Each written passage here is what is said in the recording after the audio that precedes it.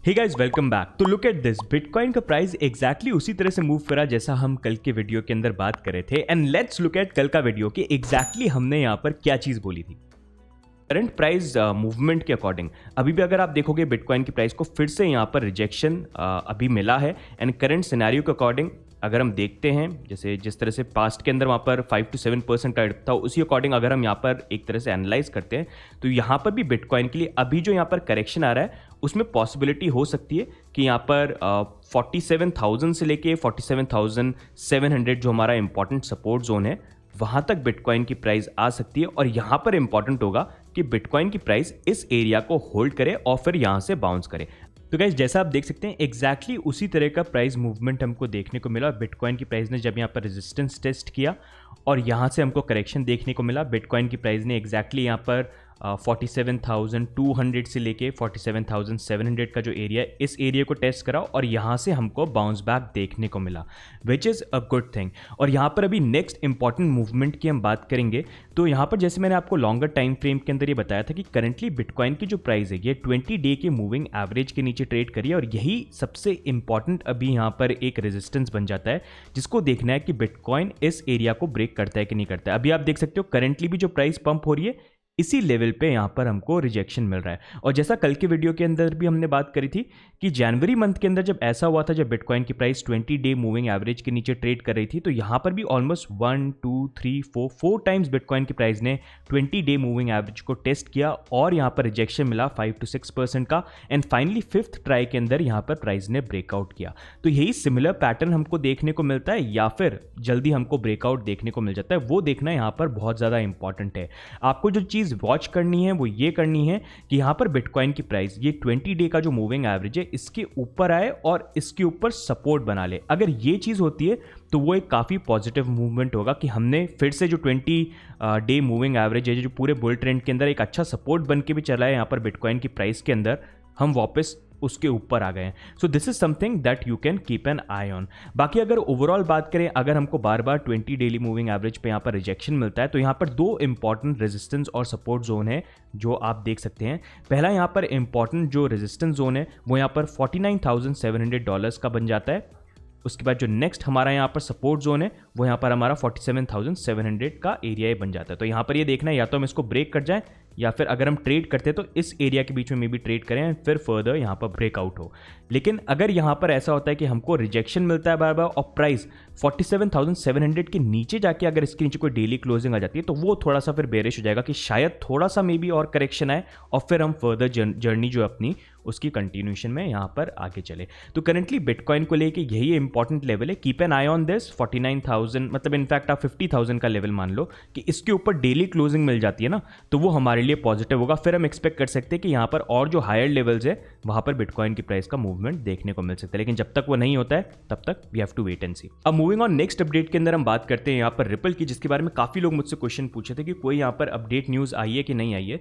तो अभी तक ऐसी कोई पॉजिटिव न्यूज तो नहीं आई है, लेकिन एसईसी ने यहाँ पर जो रिपल के ऊपर लॉसूट फाइल किया था उसके लिए जो इनिशियल रिस्पॉन्स है वो यहाँ पर रिपल फाउंडेशन ने एक तरह से यहाँ पर दे दिया, जहाँ पर उन्होंने आंसर करा कि आपने जो भी एलिगेशंस लगाए हैं वो कैसे ट्रू नहीं है।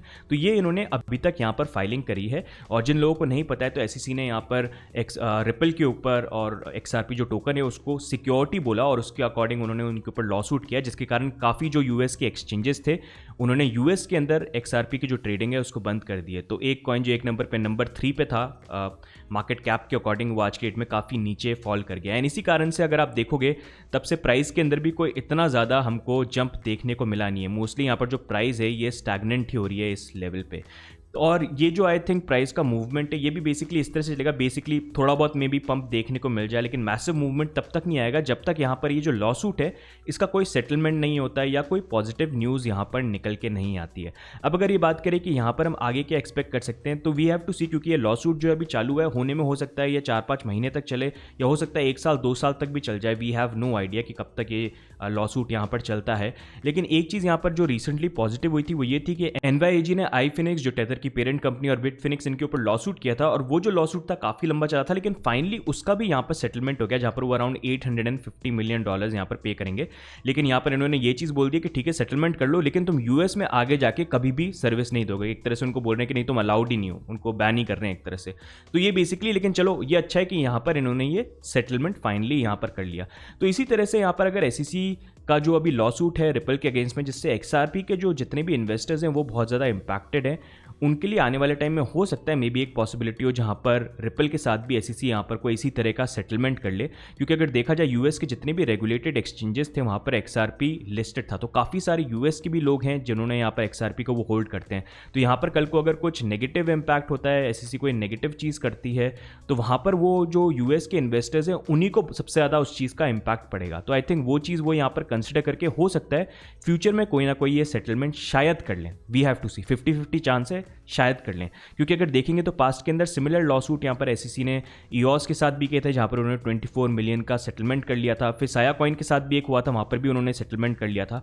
तो यहाँ पर हो सकता है रिपल के साथ भी हो जाए कोई एक बड़ा सेटलमेंट, और अगर वो होता है वहाँ पर जिस तरह की न्यूज़ आती है उसके अकॉर्डिंग फिर हमको यहाँ पर जो एक्सआरपी के अंदर है कुछ पॉजिटिव फिर मूवमेंट हमको देखने को मिल सकता है अगर वो चीज़ हुई तो।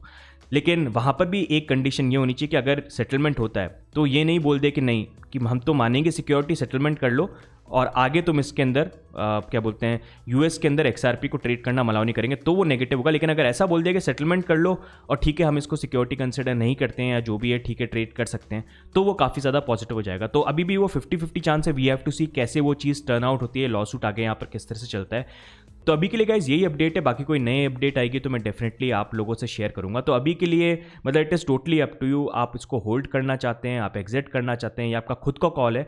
मतलब क्योंकि आप देखिए दोनों सिनेरियो हो सकते हैं, होने में हो सकता है सेटलमेंट हो जाए और प्राइस स्काई रॉकेट कर जाए अगर जब वो चीज़ हुई, लेकिन होने में ये भी हो सकता है कि ये केस ही इतना लंबा चले कि धीरे धीरे प्राइस यहाँ पर डाई डाउन कर जाए।